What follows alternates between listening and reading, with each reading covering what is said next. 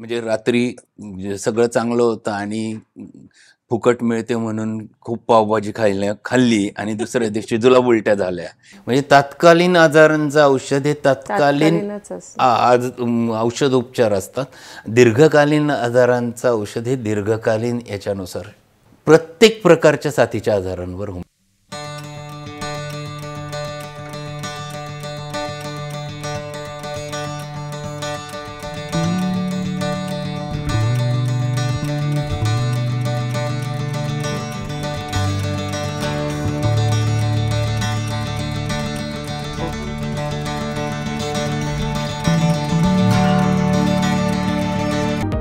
नमस्कार, आरोग्यवर्धिनीमध्ये आपलं स्वागत आहे.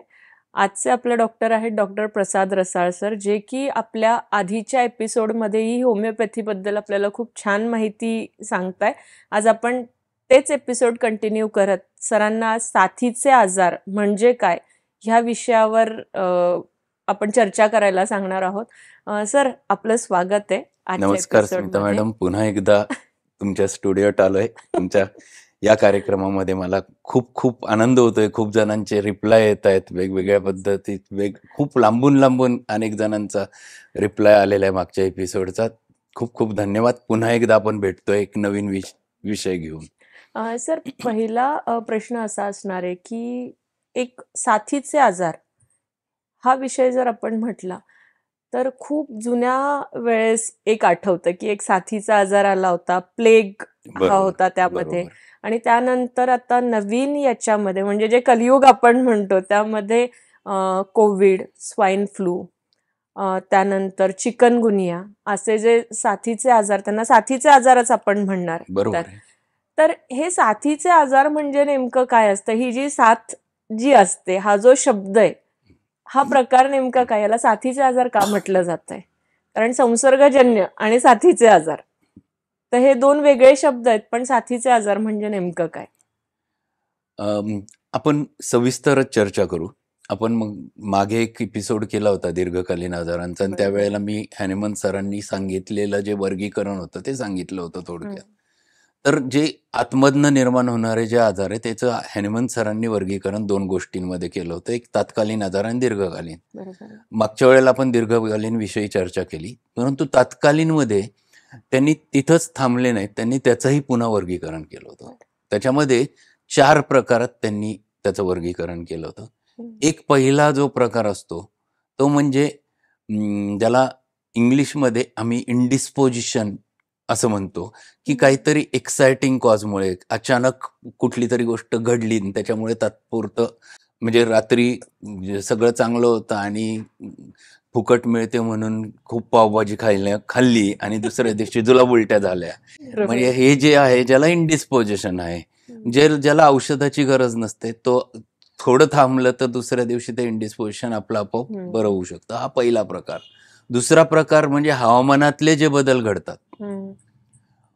वातावरण सतत बदलत असतं. आता 4 दिवसांपासून 5-6 दिवसांपासून सर्दी चालली, थंडी पडली आहे आणि जी थंडी जी बोचरी अचानक अचानक बदल झाला. वातावरण उष्ण होतं, ऑक्टोबर हीट होती आणि सडन चेंज झाला आणि एकदम बोचरी थंडी पडली. खूप जणांना सर्दी चालू झाली, घशाच दुखायला लागला.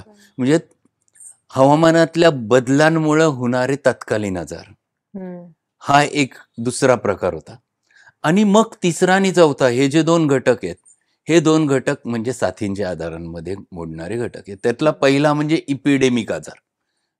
इपिडेमिक म्हणजे एकाच वेळी अनेक ठिकाणी एकाच कारणामुळे निर्माण झालेला आजार, त्याला इपिडेमिक म्हणतात. म्हणजे जगाच्या पाठीवर अनेक ठिकाणी. आता आपण अनुभव 2020 मध्ये जो घेतला कोविडचा, की एकाच वेळी भारतात पण अनेक देशांमध्ये एकाच कारणामुळे निर्माण झालेला आजार आणि अनेक लोक त्यामुळे पीडित झाले होते, ज्याला आपण इपिडेमिक आजार असं म्हणतो. जे साथीचे आजार जे मोडतात ते इपिडेमिक मध्ये खूप कॉमन असतात. आणि चौथा प्रकार असतो जो एंडेमिक. एंडेमिक म्हणजे एका विशिष्ट एरियामध्येच तो आजार होतो, म्हणजे संगमनेरच्या एका विशिष्ट भागामध्ये तो आजार काही जात नाही, हं. मग तो त्या भागातला एंडेमिक आजार झाला. म्हणजे टायफॉइडचा आजार आहे, एक विशिष्ट एरिया आहे संगमनेरातला, किंवा नुसतं संगमनेर आहे, फक्त संगमनेर तर संगमनेर, बाकीच्या ठिकाणी त्याचा प्रादुर्भाव होत नाही. तो एकाच ठिकाणी सतत कंटिन्युअस राहतो, एकाच कारणामुळे अनेक लोक पीडित असतात, त्याला एंडेमिक म्हणतात. यातला जो इपिडेमिक आजार जो आहे, ज्याच्यामध्ये अनेक कारणं आहेत की हा आजार पटकन एकमेकांपासून दुसऱ्यांना पसरणं, यातला सगळ्यात महत्वाचा प्रादुर्भाव होतो तो हवेमार्फत, आणि ज्याच्यामध्ये सर्वात जास्त आजार पटकन एकमेकांचा दुसऱ्याला लागू शकतो. कम्युनिकेबल डिसीज मधला, म्हणजे एक संसर्गजन्य आजारांमधला सगळ्यात संसर्ग होण्याचं मुख्य कारण ही हवा असते, आणि हवेमधनं जेव्हा तो पसरतो तो फार पटकन पसरतो. काही आजार जे असतात ते मध्यस्थांमार्फत, ज्याला व्हेक्टर म्हणतो आपण, म्हणजे समजा ॲनोफिलिस नावाचा मॉस्किटो आहे, जो जो विषाणू जे असतात आजारांचे, मलेरियाचे विषाणू असतील, ते एका पेशंटचं रक्त पिल्याने त्याच्या शरीरात जातात, आणि मग तो दुसऱ्या हेल्दी माणसाला परत चावतो आणि ते त्याच्यामध्ये इंजेक्ट करतो, म्हणजे मध्यस्थाच्या मार्फत ते जातं व्हेक्टर्सच्या द्वारे. हा एक दुसरा प्रकार असतो. डेंग्यू असेल, चिकनगुनिया असेल, किंवा मलेरिया असेल, हे आजार जे आहेत हे व्हेक्टर्स मार्फत पसरणारे आजार आहे. तिसरा जो महत्वाचा पार्ट असतो तो पाण्यामार्फत किंवा अन्नामार्फत जाणारा टायफॉइड सारखा आजार आहे, ज्याचे विषाणू पाण्यामध्ये, दूषित पाण्यामध्ये असतात किंवा दूषित अन्नामध्ये असतात, आणि ज्याच्या मार्फत आजार सतत, जे लोक त्या पाणी पितात ते आजार, त्यांना बऱ्याच वेळेला त्या आजार होण्याची संभावना असते. हे सगळे जे आजार आहेत, हे आजारांवरती होमिओपॅथीमध्ये खूप सुंदर उपचार आहे. 2 प्रकारे होमिओपॅथीमध्ये उपचार यामध्ये केला जातो. एक म्हणजे हे आजार टाळण्यासाठी होमिओपॅथीमध्ये उपचार आहे, ज्याला होमिओपॅथी जीनस इपिडेमिकस असं म्हटलं जातं. म्हणजे त्या इपिडेमिकची, त्या साथीच्या आजारांची एक रेमेडी शोधली जाते, औषध शोधलं जातं, आणि ते ज्यांना आजार झाला नाही त्यांना प्रिव्हेंट करण्यासाठी वापरलं जातं. त्याला जीनस इपिडेमिकस असं होमिओपॅथीत म्हणतात.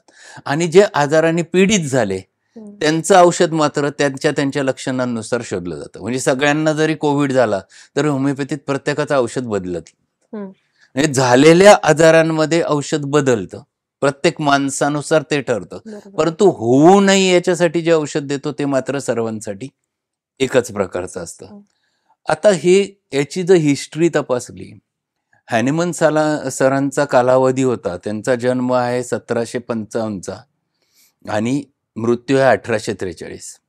साधारणपणे होमिओपॅथी त्यांचा शोध त्यांना लागला 1790 मध्ये, आणि त्यांनी जगापुढे मांडली 1796 साली. 1796 पासून ते 1843 पर्यंत हा माणूस खूप कष्ट करत होता. कष्ट म्हणजे प्रयोगच करत होता, प्रत्येक गोष्टीमध्ये होमिओपॅथी पडताळायची. त्या काळामध्ये साथीचे आजार खूप होते. आता खूप साथीचे आजार कंट्रोलमध्ये आले, त्याचं कारण खूप वेगवेगळ्या प्रकारचे व्हॅक्सिन शोधले गेले, आणि त्या व्हॅक्सिन्समुळे या आजारांची संख्या खूप प्रमाणात कमी झालेली, खूप मोठ्या प्रमाणात कमी झाली. जे पूर्वी अगदी साथ यायची, म्हणजे पूर्वीच्या काळी जो स्मॉल पॉक्स नावाचा आजार होता, ज्याला मराठीत आपण देवीचा आजार म्हणायचो, आणि देवीच्या आजारांची साथ आली की अनेक शेकडो लोक, हजारो लोक मृत्युमुखी पडायचे, त्या आजारामध्ये बळी पडायचे. त्याच्यामध्ये चिकनगुनिया नावाचा, चिकन पॉक्स नावाचा कांजण्यांचा आजार आहे, ज्याची साथ यायची, मग खूप जण कांजण्यांनी बेजार व्हायचे. मिझल्स, गोवर आपण ज्याला मराठीत म्हणतो, गोवरचा आजार, या साथी खूप ठरलेल्या असायच्या. गालफुगीची साथ यायची, मम्सचा आजार असायचा, आणि कॉलरा हा सगळ्यात जास्त, म्हणजे कॉलराची साथ जर आली तर ती इतके माणसं मृत्युमुखी पडायचे, आणि कॉलराला त्या काळात उत्तर नव्हतं. अशा वेळेला त्या कॉलरावरती हॅनिमन सरांनी, कॉलराचा शोध पण तोपर्यंत लागला नव्हता, त्याला कॉलरा नाव दिलं होतं, परंतु का होतं, काय होतं, पटकी म्हणायचे मराठीमध्ये, कॉलरा मराठीत पटकी म्हणतात. कॉलराचा जंतू माहीत नव्हता, कारण हॅनिमन सरांच्या वेळेला मायक्रोस्कोप नव्हता. पण ह्या माणसाने ही जेव्हा साथ आली होती आणि अनेक लोक मृत्युमुखी पडायचे, ह्या माणसाने स्वतः जाऊन शोध घेतला होता की हे का होत असले पाहिजे. हा माणूस इतका हुशार होता, इतका बुद्धिमान होता, तो त्या गोष्टीच्या मुळापाशी जायचा. त्याने एक पुस्तक लिहून ठेवलंय की कॉलरा का होतो.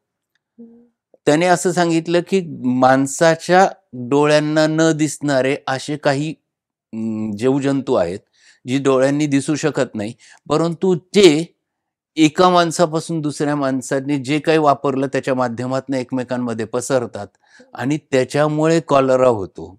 हे त्यांनी कधी सांगितलं, तर ज्या वेळेला त्यांनी 1797-96 मध्ये जी कॉलराची साथ आली होती, त्यावेळी त्यांनी लिहून ठेवलं होतं. आणि त्याच्यानंतर अनेक वेळेला त्यांनी कॉलरा ट्रीट करायचा, तो कसा केला पाहिजे. मग याच्यामध्ये ह्या माणसाला आयसोलेट कसं करणं गरजेचं आहे, त्याचे कपडे बिपडे वेगळे धुतले पाहिजेत, ते एकमेकांमध्ये मिसळले नाही पाहिजेत, तर तो त्याचा संपर्क इतरांशी टाळला पाहिजे. त्यांनी पुस्तिका लिहिलेली आहे कॉलरावरती की cholera, how to prevent cholera आणि हाऊ टू कंट्रोल कॉलरा.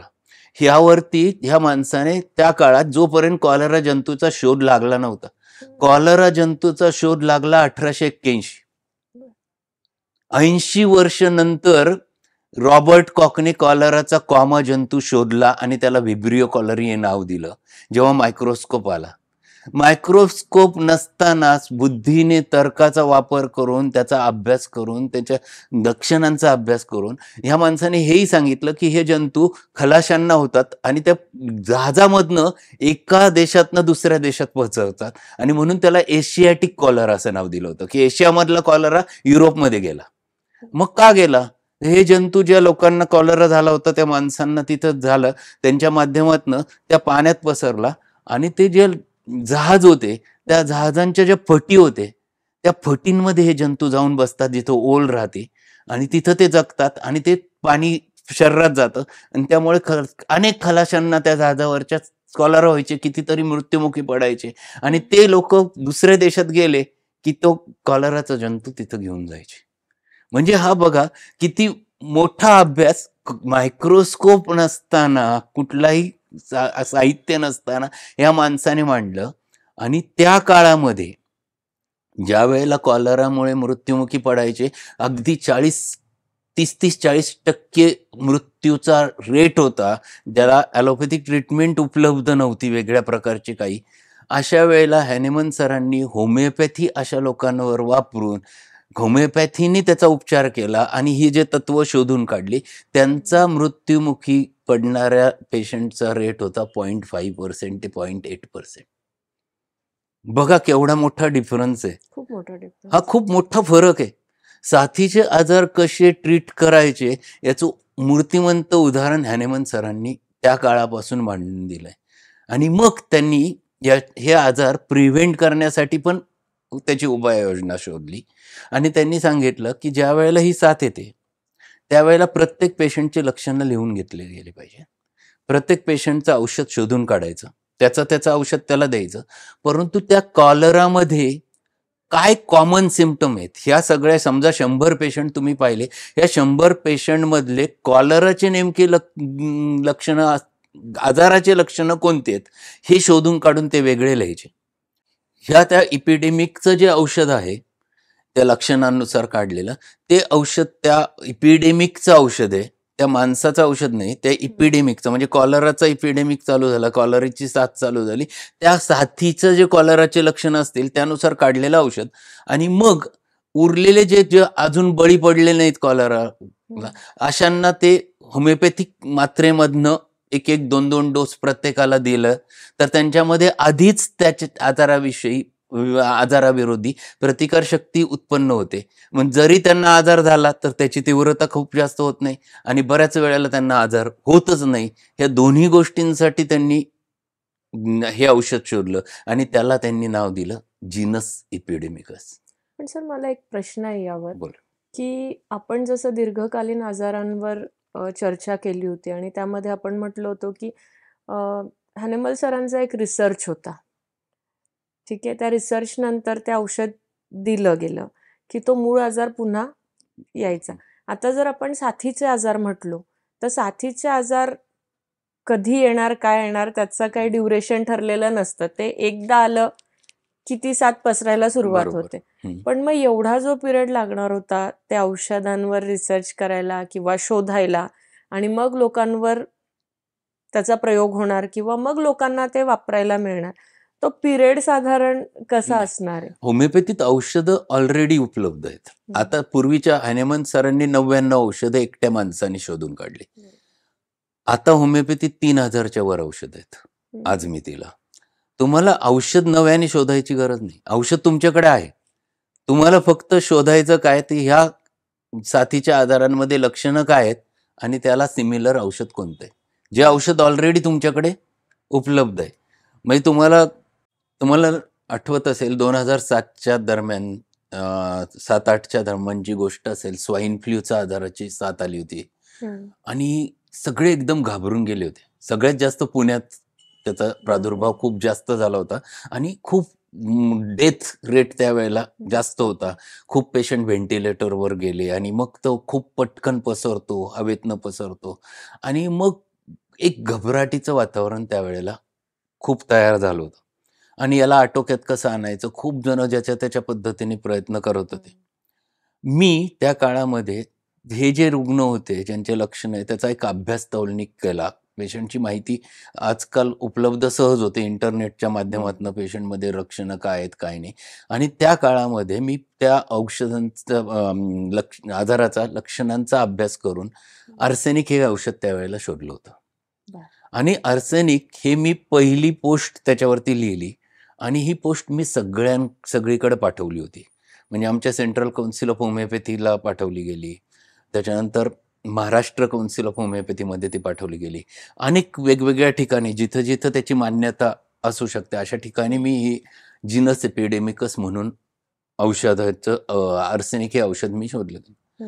त्याची मान्यता यायला 2 महिन्याचा पिरियड गेला बाकीच्यांकडून. नंतर आर्सेनिकलाच मान्यता मिळाली.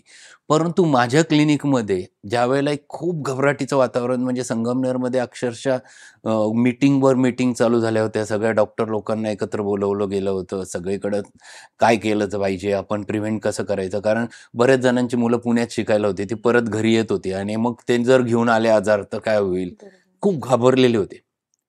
त्या काळामध्ये मी जेवढी सगळ्या डॉक्टरांची मिळून मीटिंग झाली, नगरपालिकेने मीटिंग घेतली होती, तिथं मी स्टेजवर ही कन्सेप्ट सांगितली आणि मी त्यांना सांगितलं की हे औषध आहे होमिओपॅथी जे ह्या स्वाईन फ्लूच्या लक्षणांशी अगदी योग्य आहे आणि ते प्रिव्हेंट करू शकतो.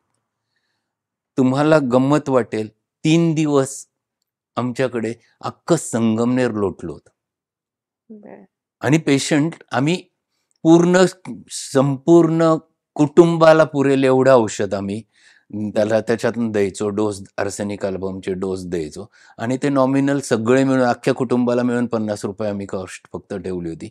जवळजवळ अख्ख्या संगमनेरकरांनी त्यावेळेला रांगेत येऊन औषध ते घेतलं होतं आणि ती भीती पहिली मनावरची लोकांच्या गेली की आपण प्रिव्हेंट करण्यासाठी काही घेतलं आणि मग एखाद्या 1.5 महिन्यांनी सगळ्यांकडनंच ते लेबल झालं की आर्सेनिक अल्बम ह्या स्वाईन फ्लूसाठी प्रिव्हेंटिव्ह म्हणून औषध आहे म्हणून.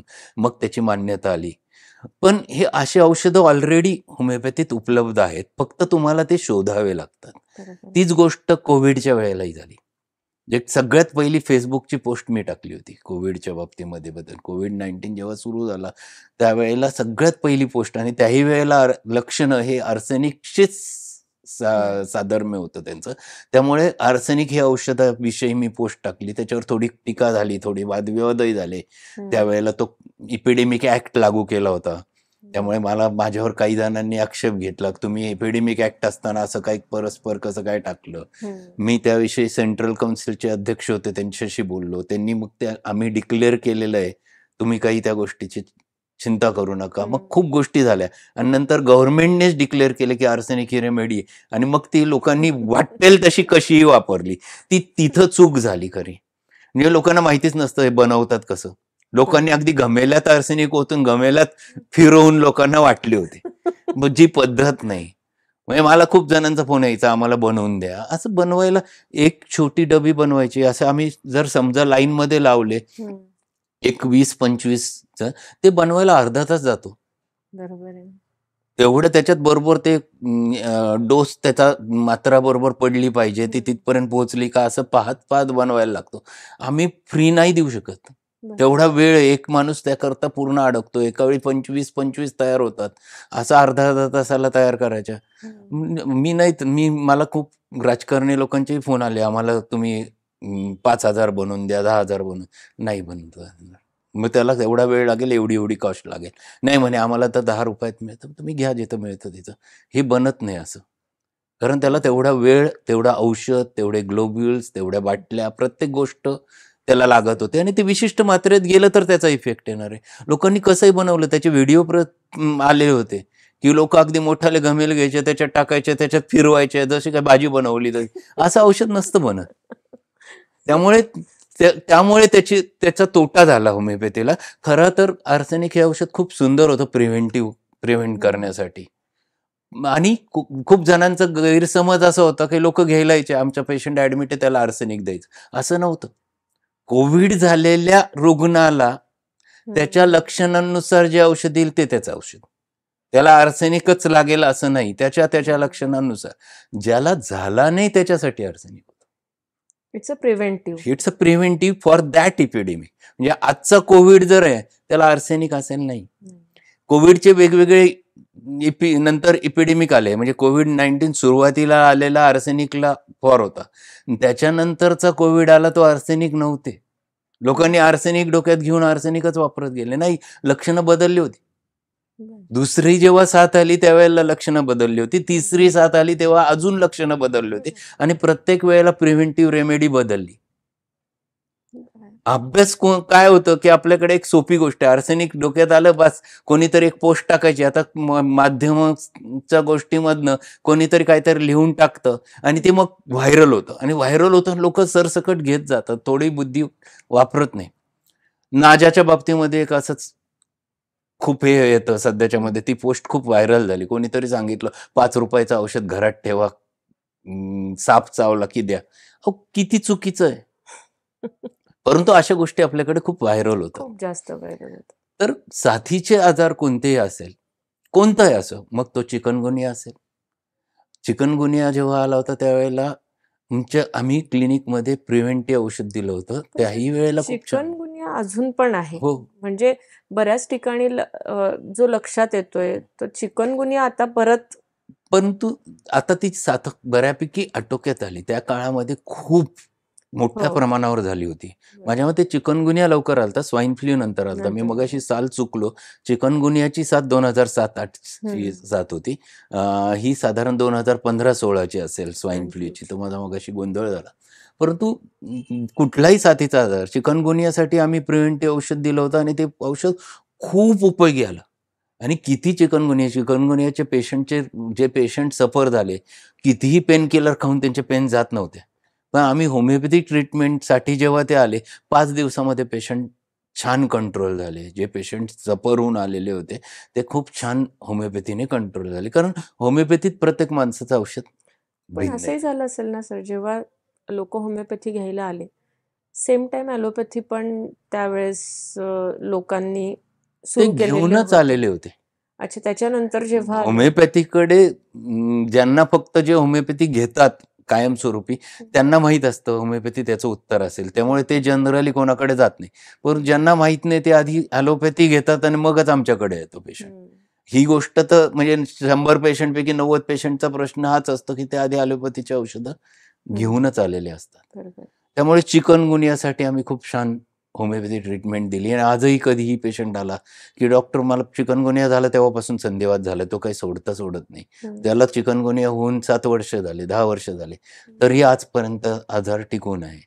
त्याला पोस्ट व्हायरल आर्थरायटिस असं नाव दिलं जातं आजकाल त्याच्यामध्ये. असे पेशंट्स होमिओपॅथीने पूर्णपणे बरे होतात. आणि हे आपण जेव्हा दीर्घकालीन आजारांविषयी बोललो होतो त्याच्यात एक सायकॉटिक आजार मानला होता.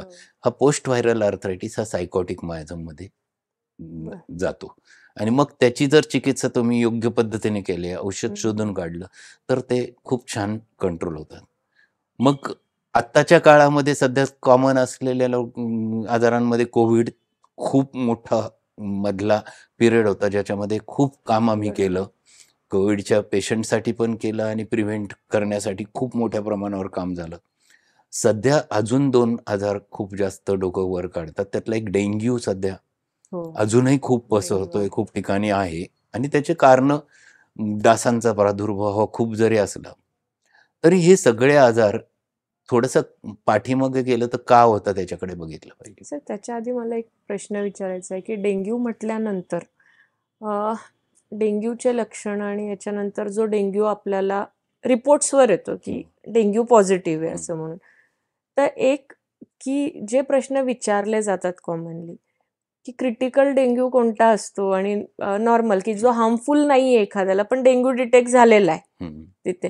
बऱ्याच वेळा प्लेटलेट्स आणि ह्या गोष्टी ज्या आहेत, याचे चेंजेस जे आहेत, लोकांना तो काउंट पॅथॉलॉजीवाल्यांनी दिलेला असताना सुद्धा प्लेटलेटबद्दल जे काही गैरसमज आहेत, ते पण तुम्ही जर आम्हाला क्लिअर करून दिले, की डेंग्यूमध्ये प्लेटलेट्सची संख्या कशी असते, काय असते, कमी जास्त प्रमाण कसं असतं आणि तो खूप जास्त प्रमाणात वाढलाय. कारण आत्ता काय झालेलं आहे, की रिपोर्ट्स करायला गेले, डेंग्यू पॉझिटिव्ह आला, की तो माणूस पॅनिक होतो. बरोबर आहे. त्यात. तर रिपोर्ट्सप्रमाणे पण तुम्ही आम्हाला डेंग्यू जर एक्सप्लेन केला बरं. तर आता खूप बरं होईल. डेंग्यू आजाराचं वैशिष्ट्य असं असतं, की डेंग्यूमध्ये सगळ्यात अंग दुखतं पहिलं, खूप जोरात थंडी येते. मलेरिया आणि डेंग्यू या दोन्ही आजार खूप क्लोज आहेत. दोन्हींची लक्षणं खूप सारखी येतात आणि खूप अंग दुखायला सुरुवात होते. इतकं अंग दुखतं पेशंटचं, ताप प्रचंड प्रमाणात वाढलेला असतो. डोकं दुखतं, जनरली पूर्ण डोकं दुखतं किंवा पाठीमागनं खूप डोकं दुखतं, अगदी प्रचंड चमका निघतात आणि त्याच्याबरोबर खूप थकवा येतो. हे मूळ लक्षणं असतात. आणि जेव्हा हे होतं तर जनरली काय होतं की लोक डॉक्टरांकडे जातात पटकन आणि डॉक्टर त्यांना लगेच अँटीबायोटिक लिहून देतात, अँटीपायरेटिक लिहून देतात. आता त्यांच्या पद्धतीनुसार हे चुकीचं आहे असं मला म्हणायचं नाही, परंतु काय होतं की आपण आपली प्रतिकारशक्ती वापरतच नाही असं झालेलं आहे. आपण पूर्वीचे माणसं किंवा खेड्यातले माणसं ताप आला तर ते काय करायचे, ते झोपून घ्यायचे. बरं. 1 दिवस 2 दिवस पूर्ण झोपायचे प्रचंड रेस्ट. आणि तिसऱ्या दिवशी परत कामाला लागायचे. त्यांची तेवढी ताकद होती. आजही आहे. काही खेड्यांमध्ये तुम्ही जर गेलं तर ते पटकन गोळी खात नाही, गोळी आणतही नाही. ते झोपून घेतात आणि पार अगदी पॅक करून घेतात. घाम फुटस्तवर ते हे तडपून घेतात. घाम आला बरं त्यांना लक्षात येतं आता आपला आजार संपला आणि ते परत कामाला लागतात. आपण आपल्या प्रतिकारशक्तीला वापरतच नाही. आता खरं वैशिष्ट्य असतं डेंग्यू हा आजार जो होतो तो काही असं नाही की डेंग्यू जीवाणूंमुळे झाला. मग अँटीबायोटिकचा खरं तर रोल काहीच नसतो. विषाणूंमुळे झालेला आजार आहे. विषाणूंमुळे झालेला आजार हा आपला आपोआपच बरा होत असतो. आपल्या प्रतिकारशक्तीने ते विषाणू मारूनच बरा होणार असतो. मग अँटीबायोटिक का दिलं जातं तर त्याच्याबरोबर दुसरे जंतू नको शरीरात शिरायला, झाले तर ते वाढू नको म्हणून, प्रिव्हेंटिव्ह म्हणून अँटीबायोटिक खरं वापरलं जातं. त्यांच्या शास्त्रानुसार हे जरी बरं असलं तरी त्या औषधं जे वापरले जातात सध्याचे जेवढे काही अँटीबायोटिक्स आहे हे खूप स्ट्रॉंग आहेत. त्यांचा परिणाम तुमच्या बोन मॅरोवर होतो. बोन मॅरो म्हणजे हाडाच्या आतली जागा, ज्याच्यामध्ये त्या पोकळीमध्ये ज्या पेशी असतात त्याच्यापासनं रक्त बनतं, पांढऱ्या पेशी बनतात, प्रतिकारशक्ती बनते, प्लेटलेट्स बनतात. आता तुम्ही बोन मॅरो दडपला गेला, ही स्ट्रॉंग औषधं घेतली, प्लेटलेटची संख्या कमी झाली. डेंग्यूमध्ये ऑलरेडी प्लेटलेट कमी होतात हे माहिती आहे, परंतु त्या प्लेटलेट खूप कमी होण्याचं कारण अँटीबायोटिकचा वापर आहे, स्ट्रॉंग अँटीबायोटिकचा वापर आहे. खूप जण हे डिनाय करतात, पण ही सत्य गोष्ट, ही फॅक्ट आहे की बोन मॅरो सपरेशन होण्याचं मुख्य कारण ही स्ट्रॉंग अँटीबायोटिक्स अनेकदा असतं आणि पटकन औषध घेतलं गेलं, कारण नसताना फार पटकन आपण थांबतच नाही. आता पहिली गोष्ट आहे की कुठलाही ताप आला तर पहिल्या दिवशी इन्व्हेस्टिगेट करायचा नसतो. तो इन्व्हेस्टिगेट 3 दिवस होऊन गेल्यावर 4थ्या-5व्या दिवशी इन्व्हेस्टिगेट करायचा, तेव्हा तुम्हाला खऱ्या अर्थाने त्याचं कारण कळू शकत असतं. आपण आज डे 1लाच इन्व्हेस्टिगेशन तयार करू, मग इन्व्हेस्टिगेशनमध्ये काही निघत नाही, मग व्हायरल हे नावाखाली तुम्ही व्हायरल आहे असं म्हणतात, व्हायरल आहे ना अँटीबायोटिक देतात. म्हणजे पहिल्या 3 दिवसातच आपण मेडिसिन्स घेतलेले असतात आणि 3 दिवसानंतर जेव्हा आपल्याला मग ते प्लेटलेट कमी कमी व्हायला लागतात. मग पहिला रिपोर्ट आलेला असतो त्यावेळेला प्लेटलेट चांगले असतात, 1,50,000च्या वर असतात. दुसरा रिपोर्ट परत नाही, ताप जात नाही, 4 दिवसांनी परत केला म्हणजे मग एकदम प्लेटलेट 70,000 झाल्या. मग परत अजून 2 दिवसांनी केला ते अजून तो खाली येण्याचा ट्रेंड आहे. तो एक सर्टन लेवलला येऊन थांबतो आणि मग समजा तोपर्यंत पेशंट बरा झाला, त्याच्यात लक्षणं गेले, परत शरीराने प्रतिकार करायला सुरुवात केली, परत बोन मॅरो स्टिम्युलेट झाला की हळूहळू त्या पेशी वाढायला लागतात आणि त्या एकदा वाढायला लागले की परत पटकन 3ऱ्या दिवशीपर्यंत त्या 4थ्या दिवशी एकदम पूर्ण नॉर्मलला येतात. पण लोक घाबरून जातात.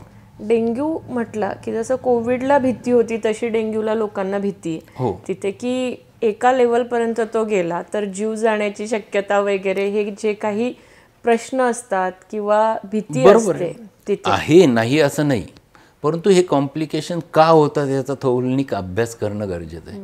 तुम्ही जर थोडासा पेशन्स ठेवला असता, तुमची प्रतिकार शक्तीच जर वापरत आणली असती, लगेच अँटीबायोटिक्सचा वापर केला नसता. आपण भारतात अँटीबायोटिक्स वापरतो, बाहेरच्या देशात थोडासा विचार करा. इंग्लंडमध्ये तुम्ही जा, इंग्लंडमध्ये तापाला काहीच देत नाही, फार फार तर ते सांगतात पॅरासिटामॉल घ्या, नाहीतर काहीच नाही. पहिले 5 दिवस काहीच देत नाही, फक्त लक्ष ठेवा हे सांगितलं जातं.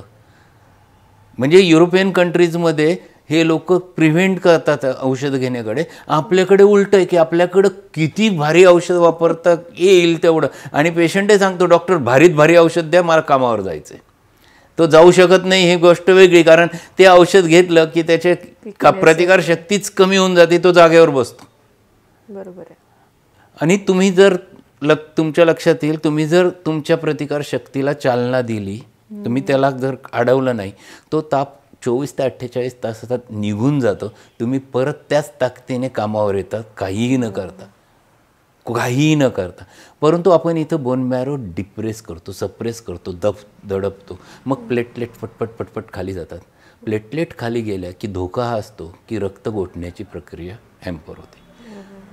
समजा चुकून रक्तस्राव कुठूनही झाला, नाकातनं रक्त आलं, उलटीतनं रक्त असलं, लघवीमधनं रक्त पास होतंय, संडासमधनं रक्त पास होतंय, स्त्रियांमध्ये पिरियड नेमका त्याच वेळी आला, हे रक्त गोठत नाही आणि मग धोका निर्माण होण्याची शक्यता असते. मग प्लेटलेट्स भराव्या लागतात अशा पेशंटला.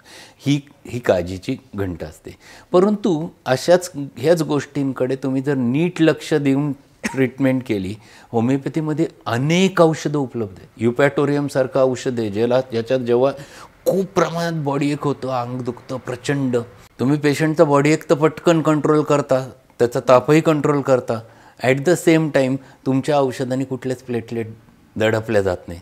त्यामुळे जरी त्याचा ट्रेंड खाली येणार असेल तरी ते खूप खाली जात नाही, ज्यांनी धोका निर्माण होणार. आणि म्हणून होमिओपॅथीने ताप नीट जर ट्रीट केला लक्ष देऊन, तर तुम्ही चांगल्या प्रकारे होमिओपॅथीच्या माध्यमातून डेंग्यूसारख्या आजारामध्ये पूर्णपणे इलाज करू शकता. डेंग्यू शॉक सिंड्रोम नावाचं कॉम्प्लिकेशन आहे डेंग्यूमधलं, की ज्याच्यामध्ये पेशंट बरा झाल्यासारखा दिसतो, खूप अँटीबायोटिक वापरले, काय झालं सगळं, त्याच्यात ताकद नाही, आणि ऑल ऑफ अ सडन तो शॉकमध्ये जातो, चक्कर येऊन खाली पडतो. शॉक सिंड्रोम हा त्याचं कॉम्प्लिकेशन आहे. ही शक्यता असू शकते. कधी कधी रक्तस्राव अचानक झाला, पेशंट शॉकमध्ये जाऊ शकतो, या गोष्टी घडतात. पण हे कॉम्प्लिकेशन खूप रेअर आहेत, खूप जास्त नाही, दुर्मिळ आहे ते. हे क्वचित प्रसंगी घडतात. माझं सांगणं असं राहील कधी पण की तुम्ही कुठलाही ताप हा दडपू नका. पॅरासिटामॉलची गोळीसुद्धा शक्यतो घेऊ नका, कारण तुम्ही निसर्गाच्या प्रक्रियेच्या विरुद्धच जाता. ताप आला आहे, तो ताप या गोष्टी करता आला आहे, त्याचा परिणाम होऊन विषाणू जीवाणू यांची ग्रोथ थांबलेली आहे आणि तुम्ही त्याच्या विरुद्ध जातात, त्यांना वाढायला, मल्टिप्लिकेशनमध्ये वाढायला तुम्ही साथ देता. तर माझं म्हणणं आहे त्याला थोडीशी तुमच्या प्रतिकारशक्तीला चालना द्या. साधं उदाहरण सांगायचं असेल तर आत्ता 1 आठवड्यापूर्वी मी 104-105 तापाने आजारी होतो. पहिल्यांदा घसा दुखला, अचानक ताप चढला आणि खूप डोकं दुखत होतं, जड झालं आणि सगळं बॉडी एक खूपच सिव्हिअर होता की मी बेडवरनं उठू पण शकत नव्हतो. मी 24 तास, पहिल्यांदा असं घडलं असेल, मी कॉलेजला कळवून टाकलं मी येणार नाही लेक्चरला. OPDत मी उतरलो नाही. पूर्ण दिवसभर म्हणजे रात्री जो ताप चढला होता तर पूर्ण दिवसभर दुसऱ्या दिवशी मी फक्त झोपलेलो होतो. ताकदच नव्हती माझ्यामध्ये. परंतु मी कुठलीही पॅरासिटामॉलची गोळी, अँटीबायोटिकची गोळी घेतली नाही. आता आमच्या घरात सगळेच डॉक्टर आहेत. प्रत्येकाचं म्हणजे भाऊ आला तो माझ्याकडे असा पाहिजे, तू काही घेणार नाहीच अशा पद्धतीने नाही घेतली. माझ्या पॅथीवर जास्त विश्वास आहे. मी माझ्या पॅथीतलं इपॅटोरियमचं औषध घेतलं माझ्या लक्षणांनुसार आणि त्याच्यानंतर एक 4-5 तासांनी मला लक्षणं वेगळे वाटले म्हणून मी जलसेमियम एवढंच घेतलं. याच्या व्यतिरिक्त काही घेतलं नाही. स्मिता, तुला आश्चर्य वाटेल, त्याच्या दुसऱ्या दिवशी मी सकाळी परत कॉलेजला गेलो होतो. मी अख्खा दिवस OPD पाहिली आणि त्याच्या पुढच्या दिवशी पुण्यामध्ये माझ्या हाते कन्व्होकेशनचा कार्यक्रम होता. जवळजवळ 4 तास उभं होतो मी त्या कार्यक्रमाच्या निमित्ताने. तो कार्यक्रम मी इथून ड्राईव्ह करत पुण्याला गेलो. पुण्यात तो कार्यक्रम केला, परत संगमनेरला आलो आणि माझ्या नामोनिशाणा पण नव्हतं. मला एवढा टेम्परेचर 104-105 होतं. फक्त प्रश्न असतो की आपल्या पॅथीवर विश्वास पाहिजे आणि आपल्यावर विश्वास पाहिजे. तर साथीचे कुठलेही आजार घ्या, मग डेंग्यू झाला, मलेरियामध्ये होमिओपॅथीत प्रचंड औषध उपलब्ध आहेत. गंमत सांगायची म्हणजे आमच्याकडे थंडी किती वाजता आली याच्यानुसार औषध बदलतं. बरोबर आहे. म्हणजे आमच्याकडे मलेरिया म्हणून औषध नाही आहे. एक पेशंट आला, डॉक्टर सकाळी 4 वाजले, मला थाड उडत होतो आणि थंडी आली आणि मग खूप ताप चढला, घाम आला, आता बरं वाटलं म्हणून तुमच्याकडे आलो. सेड्रॉन नावाचं औषध आहे, त्याने बरोबर 4 वाजता थंडी येणं त्याचं वैशिष्ट्य आहे. रात्री 12 वाजता थंडी येणं आर्सेनिक औषध आहे. सकाळी 10-11 वाजता थंडी येणं नॅट्रमूर औषध आहे. म्हणजे होमिओपॅथीतलं औषध हे माणसांच्या लक्षणांनुसार शोधावं लागतं. फिक्स औषध होमिओपॅथीमध्ये कुठलंच नसतं. त्या माणसाच्या लक्षणं, मग त्याच्यातल्या प्रत्येक गोष्टीला महत्त्व असतं. मग मलेरियासुद्धा आम्ही अशाच पद्धतीने ट्रीट करतो. गालफुगीचे मध्यंतरी साथ आली होती, मध्यंतरी बरेच पेशंट एका पाठोपाठ आले होते. गालफुगीसाठी होमिओपॅथीत खूप उपचार आहेत आणि आमच्याकडे उजव्या बाजूची गालफुगी असेल तर औषध वेगळं येतं, डाव्या बाजूची गालफुगी असेल तर होमिओपॅथीत औषध वेगळं येतं. गोवरच्या आजार असतात. प्रत्येक बाळाचं औषध त्या गोवरच्या याच्यामध्ये वेगवेगळं येतं. त्याच्या लक्षणांनुसार औषध तुम्हाला शोधावं लागतं आणि तुम्ही ते वापरू शकता. त्यामुळे होमिओपॅथीत हे कुठल्याही साथीचे आजार आले, औषधं ऑलरेडी उपलब्ध आहेत, फक्त त्याच्यासारखं औषध तुम्हाला शोधायचं असतं. आणि एक म्हणजे की सिम्पटम्स आहेत पण माणसाची हिस्ट्री पण, साथीचे आजार जरी असले तर होमिओपॅथीमध्ये ती तेवढीच महत्त्वाची आहे. हो, पण तात्कालीन आजारांमध्ये औषध हे तात्कालीन शोधावं लागतं. म्हणजे जेवढा आजाराचा फास्ट पेस आहे त्या पेसला मॅच होणारच औषध लागतं. म्हणजे तुमचा आजार ससाच्या स्पीडने पळतो आणि तुम्ही हत्तीच्या स्पीडने चालणारं औषध दिलं तर उपयोगाला येणार नाही. म्हणजे तात्कालीन आजारांचं औषध हे तात्कालीन औषध उपचार असतात.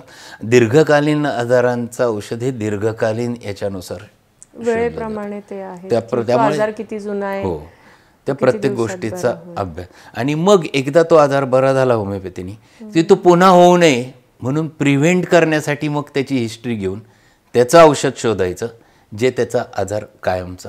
पण सर बऱ्याच वेळा असं होतं की आजारावर इफेक्ट झालेला आहे, औषध वापरलं, बरं वाटायला लागलेलं आहे, नंतर लोक प्रिव्हेंटिव्ह आणि ह्या सगळ्या गोष्टींजवळ यायला ऑलमोस्ट कंटाळा करतात. नाही, मी तशा लोकांसाठी आपण मी एक गोष्ट कायम सांगतो. मी सर्वांना एवढं सांगतो की तुमचं हे बरं झालं की तुम्हाला डोस घ्यायला माझ्याकडे यायचं. बाकी मी काहीच सांगत नाही. ते कशासाठी काय हे नाही, सोपं सांगून द्यायचं. एक 4 दिवसांनी आपल्याला काही डोस द्यायचे म्हणजे तुम्हाला हा आजार पुन्हा परत उद्भवणार नाही. आणि मग ते पेशंट डोस तुम्ही बोलवलं होतं डोस घ्यायला, आम्ही त्यानुसार औषध त्याला देतो, 3 डोस देतो. आणि ते त्या पेशंटला माहिती आहे सरांची याची अशा गोष्टींची कॉस्ट काहीच नसते. आम्ही 3 डोस दिले, 150-200 रुपये फक्त त्याची कॉस्ट असते, ते एवढे दिले, पेशंट पण हॅपी असतो हे घेतले. आणि मग त्याचा वारंवारिता जी असते आजाराची ती निघून जाते, तो वारंवार आजारी पडत नाही. तर साथीच्या आजारांवर असे प्रत्येक प्रकारच्या साथीच्या आजारांवर होमिओपॅथीमध्ये ट्रीटमेंट अशा पद्धतीने केली जाते. नक्कीच सर, आज आपल्या व्ह्युअर्सला एक नवीन विषय जो आहे साथीच्या आजारांचा, आणि तो नक्कीच बरा कसा होतो आणि होमिओपॅथीचा जो नियम आहे पेशन्स, त्याच्यानंतरच होमिओपॅथी जे आहे ते काम करतं आहे तिथे. तर नक्कीच आपल्या व्ह्युअर्सला ह्या गोष्टीचा फायदा होणार आहे की साथीच्या आजारांवर उपाययोजना कशी असू शकते, आपण ट्रीटमेंट कशी घ्यायला पाहिजे, खूप पॅनिक न होता पेशन्सफुली कोणत्या ट्रीटमेंट कशा की ज्या हार्मफुल नसतील तिथे. तर नक्कीच त्यांना फायदा होणार आहे ह्या लेक्चरनंतर. खूप खूप धन्यवाद की साथीच्या आजारावर तुम्ही इतकी सुंदर माहिती आम्हाला दिलेली. धन्यवाद. धन्यवाद मॅडम.